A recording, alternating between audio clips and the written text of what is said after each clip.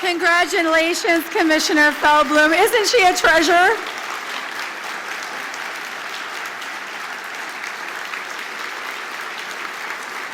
Such an honor to have such an esteemed awardee this year.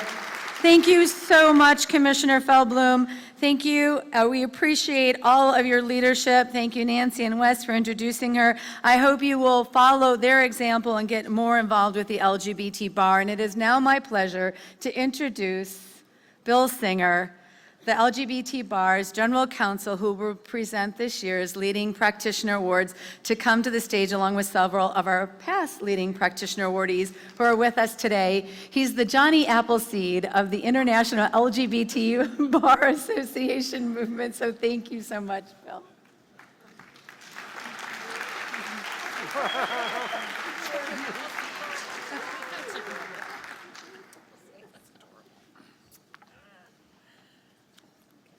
Good afternoon. This award recognizes LGBTQ leading practitioners in private practice who have demonstrated commitment through significant pro bono work on leadership and outstanding impact litigation. We are frontline attorneys.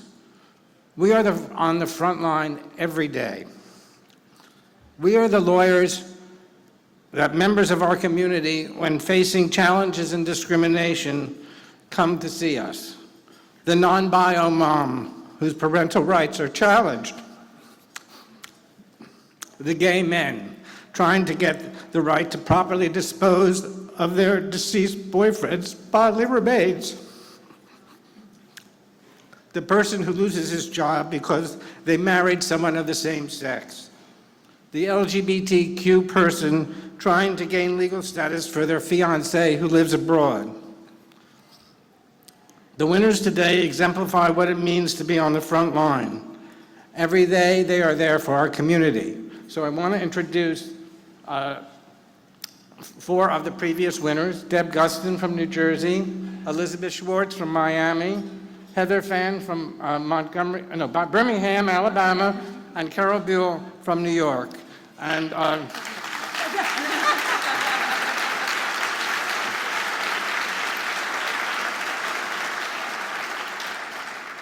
Deb Gustin is going to make the first presentation. Thanks, Bill. I'm very pleased to be here today to recognize my good friend, Tiffany Palmer. Tiffany has dedicated her legal career to the achievement of social justice and equality in the field of family law, adoption, and assisted reproductive technology law. Her work has helped create major advances in the legal rights of LGBTQ families in Pennsylvania and New Jersey. Tiffany is the founder and shareholder of Jerner Palmer PC here in Philadelphia. She has been counsel in a number of groundbreaking trial and appellate cases affecting the rights of LGBTQ parents, as well as those who conceive through assisted reproductive technologies. Most notably, she was counsel in the Sherri Shepherd surrogacy case, which held for the first time that surrogacy contracts are legally enforceable in Pennsylvania. In 2018, she argued before the Pennsylvania Supreme Court on issues related to the expanding definition of legal parent to protect the rights of same-sex parents. Tiffany is also the current director of the LGBT Family Law Institute and has been guiding the Institute as we move into our meeting on Friday. We're so pleased that she is our leader. Page 19 of your booklet has a whole lot more of Tiffany's accomplishments, so I commend to you good reading, but I'd like to welcome Tiffany Palmer.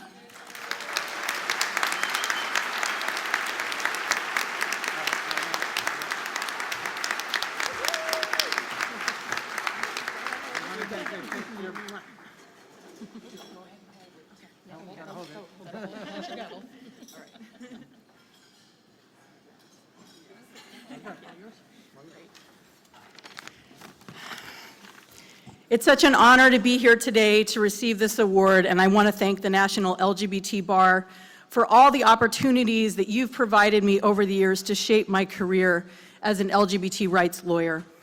I also want to acknowledge that I would not have been able to do the work that I've done without the support of amazing people in my professional and my personal life. Mentorship is such an important part of our profession, and I'm so grateful to this organization for the opportunities that it's provided me over the years to grow and become the lawyer that I am today.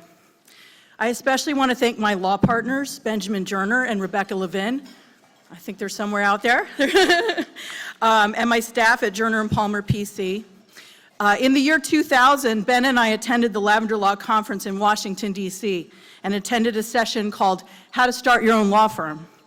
And we left that conference that year with a plan. In 2003, we formed our firm, Jerner Palmer.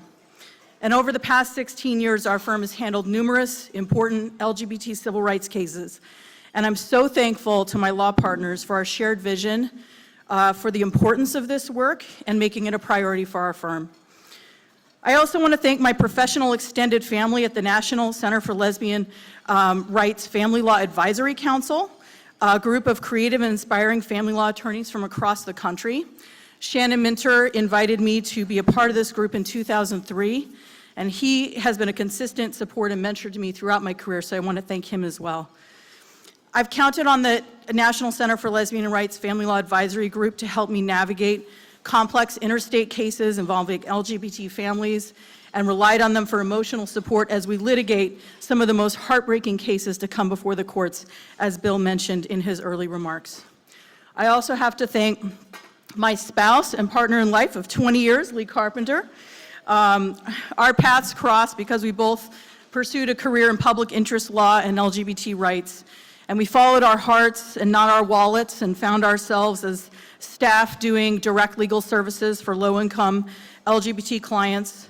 And we've always said that two public interest lawyers marrying each other is probably the worst financial decision a couple could ever make. But it was definitely the best decision I've ever made in my life. And Lee has supported me in all my professional endeavors, including my most recent one, my campaign for a judge here in Philadelphia this past year.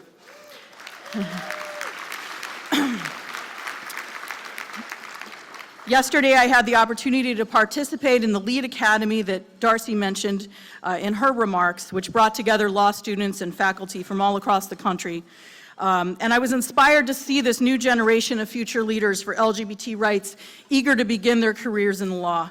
And as I move on to my next endeavor, which will hopefully be in the judiciary after the November election, I'm comforted to know that this organization will continue to provide opportunities for mentorship and to train the next generation of leaders for our movement. So thank you again for this recognition and for all the opportunities I've been given over the years to do this great work. Thank you so much.